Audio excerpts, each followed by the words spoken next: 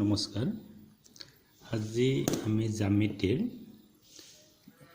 বৃত্ত সম্পৰ্কে কেইটামান কথা আলোচনাৰ কাৰণে আনিছোঁ আৰু এইখিনি জানিলে আমি বৃত্তৰ উপপাদ্যবিলাক আমি প্ৰমাণ কৰিব পাৰিম।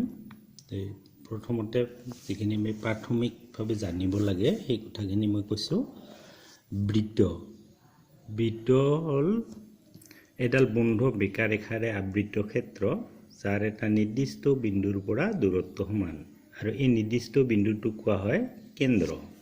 কেন্দ্ৰটো সাধাৰণতে অ আখৰেৰে বুজোৱা হয়। এই অটো হ'ল আমাৰ কেন্দ্ৰ আৰু এই যিডাল বন্ধ বেকা ৰেখা থাকে বক্ৰৰেখাডাল এইডালক কয় পৰিধি।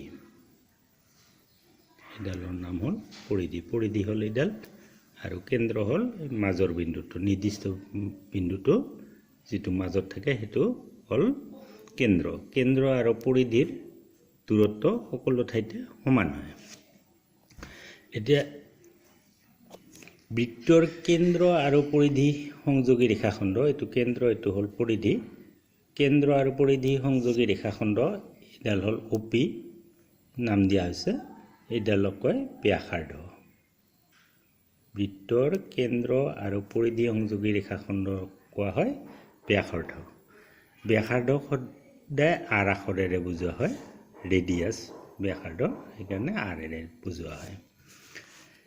তাৰপিছত আমি জানিব লাগিব যা। এইটো এটা বৃত্ত, ইয়াৰ কেন্দ্ৰ এইটো অ, এইফালে এডাল ৰেখাখণ্ড টানা হৈছে AB। এই AB ৰেখাডালৰ দুই মূৰ পৰিধিত লাগিছে কিন্তু কেন্দ্ৰৰে যোৱা নাই। এনেকৈ দুই মূৰ পৰিধি সংযোগী ৰেখাখণ্ড কোৱা হয় যা। দুই মূৰ পৰিধি সংযোগ হ'লেই তাক কোৱা হ'ব যা। এডাল যা AB। যাৰ পিছত আমি জানিব লাগিব ব্যাস। বৃত্তৰ দুই মূৰ যদি পৰিধিত সংযোগ কৰা থাকে আৰু যদি কেন্দ্ৰৰে যায় তেতিয়াহ'লে ইয়াক কোৱা হয় ব্যাস। দুই মূৰ পৰিধি সংযোগী কেন্দ্ৰৰে যোৱা ৰেখাখণ্ডক কোৱা হয় ব্যাস। এতিয়া ব্যাস আৰু ব্যাসাৰ্ধ যদি চাওঁ আমি, কেন্দ্ৰ আৰু পৰিধি সংযোগকাৰী হ'লে এইখিনি ব্যাসাৰ্ধ হয়, যে এইখিনি ব্যাসাৰ্ধ আৰু এইখিনিও ব্যাসাৰ্ধ, এই গোটেইডালক কোৱা হয় ব্যাস। গতিকে ব্যাস হ'ল ব্যাসাৰ্ধৰ 2 গুণ। দুইডাল ব্যাসাৰ্ধ লগালে আমি ব্যাস পাম। এই কথাখিনিতে আমি আৰু ক'ব পাৰিম ব্যাসাৰ্ধ, এটা বৃত্তৰ অসংখ্য ব্যাসাৰ্ধ থাকে আৰু প্ৰতিডাল ব্যাসাৰ্ধৰ মাপ সমান হয়। একেটা বৃত্তৰ ব্যাসাৰ্ধৰ মাপবিলাক সমান। এটা বৃত্তত অসংখ্য জা থাকিব পাৰে, কিন্তু এই জাবিলাক হ'ল কেন্দ্ৰৰ ওচৰত থকা জাবিলাকৰ দৈৰ্ঘ্য বেছি হ'ব আৰু কেন্দ্ৰৰ পৰা দূৰত থাকিলে জাবিলাকৰ দৈৰ্ঘ্য কম হ'ব। যাৰ দৈৰ্ঘ্য কেন্দ্ৰৰ ওচৰত থাকিলে বেছি আৰু দূৰত থাকিলে কম।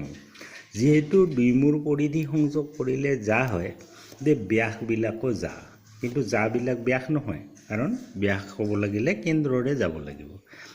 এই ব্যাসবিলাকক যা কোৱা হয়।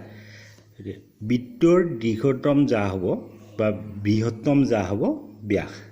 বৃত্তৰ বৃহত্তম বা দীঘল জাডাল হ'ব ব্যাস। ব্যাসডালেই হ'ব আটাইতকৈ দীঘল। এনেকুৱা ব্যাস অসংখ্য থাকিব পাৰে, এটা বৃত্তৰ প্ৰতিডাল ব্যাসৰ মাপেই সমান। ব্যাসাৰ্ধবিলাক যেনেকৈ সমান, ব্যাসো সমান। আৰু ব্যাস সমান হয়, ব্যাস সমান লিখিব পাৰিম আমি 2 পূৰণ ব্যাসাৰ্ধ।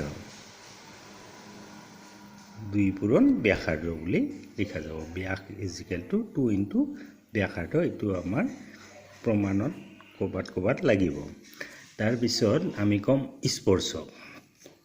এইটো বৃত্ত, ইয়াৰ কেন্দ্ৰ অ, ইয়াৰ যিকোনো এটা বিন্দু P, এই P বিন্দুক স্পৰ্শ কৰি যদি এডাল ৰেখাখণ্ড টানা হয়, আমি AB ৰেখাখণ্ডডাল টানিছোঁ, এই ABডালক কোৱা হ'ব স্পৰ্শক। এটা মাত্ৰ বিন্দুত লাগিব পৰিধিৰ, তেতিয়াহ'লে এইটো স্পৰ্শক। স্পৰ্শকৰ আৰু এটা ধৰ্ম আছে। স্পৰ্শকত যদি আমি এই স্পৰ্শ বিন্দুটোত যদি আমি এডাল ব্যাসাৰ্ধ টানো, এডাল যদি ব্যাসাৰ্ধ হয়, তেতিয়াহ'লে এই স্পৰ্শ বিন্দুত সদায় এই হয় লম্ব। বৃত্তৰ স্পৰ্শকৰ স্পৰ্শ বিন্দু টনা ব্যাসাৰ্ধডাল সদায় লম্ব হয়। এইখিনি প্ৰাইমাৰীভাৱে আমি জানিব লাগে বৃত্তৰ কথা। ইয়াৰ পিছত আমি বৃত্তৰ যিবিলাক উপপাদ্য আছে বা যিবিলাক প্ৰশ্ন উত্তৰ আছে এই অনুশীলনীবিলাক আমি কৰি যাম। ধন্যবাদ।